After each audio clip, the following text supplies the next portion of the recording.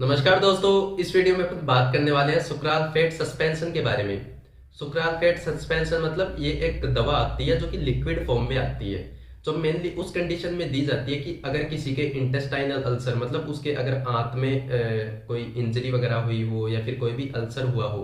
या फिर किसी के स्टोमक मतलब पेट में अल्सर है, घाव है, तो उसको ठीक करने के लिए ये जो सस्पेंशन है ये यूज में लिया जाता है, सुक्राल फेट सस्पेंशन। ये असल में करता क्या है कि जब भी अपन इसको सिप्स में लेना पड़ता है, लिक्विड फॉर्म में आता है, तो जब भी सिप्स में लेते हैं अपन, तो ये जहाँ कहीं भी अल्सर हो रहा हो वहां पे जाके कोटिंग बना देता है, ऊपर कोटिंग,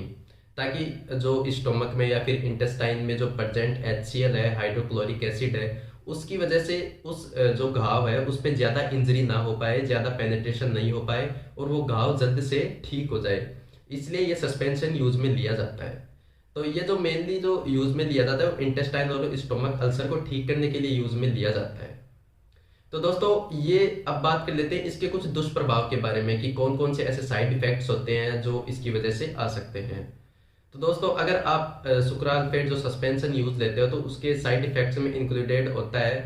कि कॉन्स्टिपेशन हो सकता है पेशेंट को। अगर कोई सुक्राल फेट सस्पेंशन को यूज में लेता है तो उसके कॉन्स्टिपेशन मतलब कब्जी देखने को मिल सकती है, या फिर फ्लूट लाइक ब्रेथ होल्डर कि जब कभी भी वो ब्रेथ लेगा या फिर सांस छोड़ेगा बाहर, तो उसकी जो ब्रीथ है उसमें बहुत ज्यादा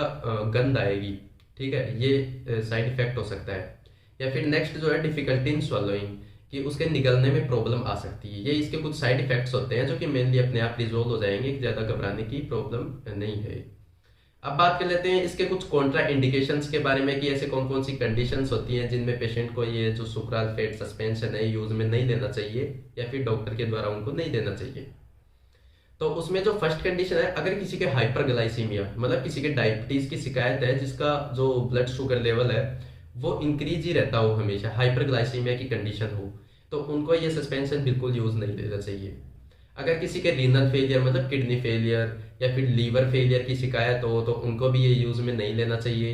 या फिर कोई लेडी है वो प्रेग्नेंट स्टेज में या फिर लैक्टेटिंग स्टेज में मतलब बच्चे को दूध पिलाने वाली स्टेज में है, तो उसको भी ये सस्पेंशन का यूज हमेशा प्रिकॉशन से ही लेना चाहिए, सावधानी से लेनी चाहिए, ऐसे नॉर्मली नहीं लेने चाहिए। और हमेशा कोई भी ड्रग है उसको डॉक्टर के परामर्श से ही लेना चाहिए, अपने आप से बिल्कुल भी ना लें, क्योंकि उसके कुछ कॉन्ट्रा इंडिकेशंस वगैरह होते हैं, उनके कुछ साइड इफेक्ट्स होते हैं, तो डॉक्टर्स उन सभी को ध्यान में रख के आपको देते हैं। और इसलिए आप खुद को बिल्कुल भी नहीं लेनी चाहिए, हमेशा डॉक्टर के परामर्श से ही लेनी चाहिए। दोस्तों अगर आप सुक्राल पेट ये जो सस्पेंशन यूज में लेते हो और लेते ही आपकी बॉडी में जैसे स्नीजिंग होने लग जाए, बार बार छींक आने लग जाए, पूरी बॉडी रेडनेस होने लग जाए, या फिर इचिंग खुजली चलने लग जाए, या फिर जैसे आंखों से पानी बहने लगे, नाक से म्यूकस का फ्लो होने लग जाए, तो ये जो सारे साइन सिम्टम्स होते हैं ये होते हैं हाइपर सेंसिटिविटी रिएक्शंस के। तो अगर आपकी बॉडी में ये देखने को मिले सुक्राल फेट सस्पेंशन यूज में लेने के बाद में, तो तुरंत आप उस दवा को वहीं पे होल्ड कर दें और अपने जो कंसल्टेंट डॉक्टर है उनसे जाके कंसल्ट जरूर करें। अगर आप ऐसा नहीं करते हैं तो आपकी बॉडी में एनाफाइलेटिक रिएक्शन होने के चांसेस बहुत ज्यादा रह सकते हैं, जो आपके लिए जानलेवा भी हो सकते हैं।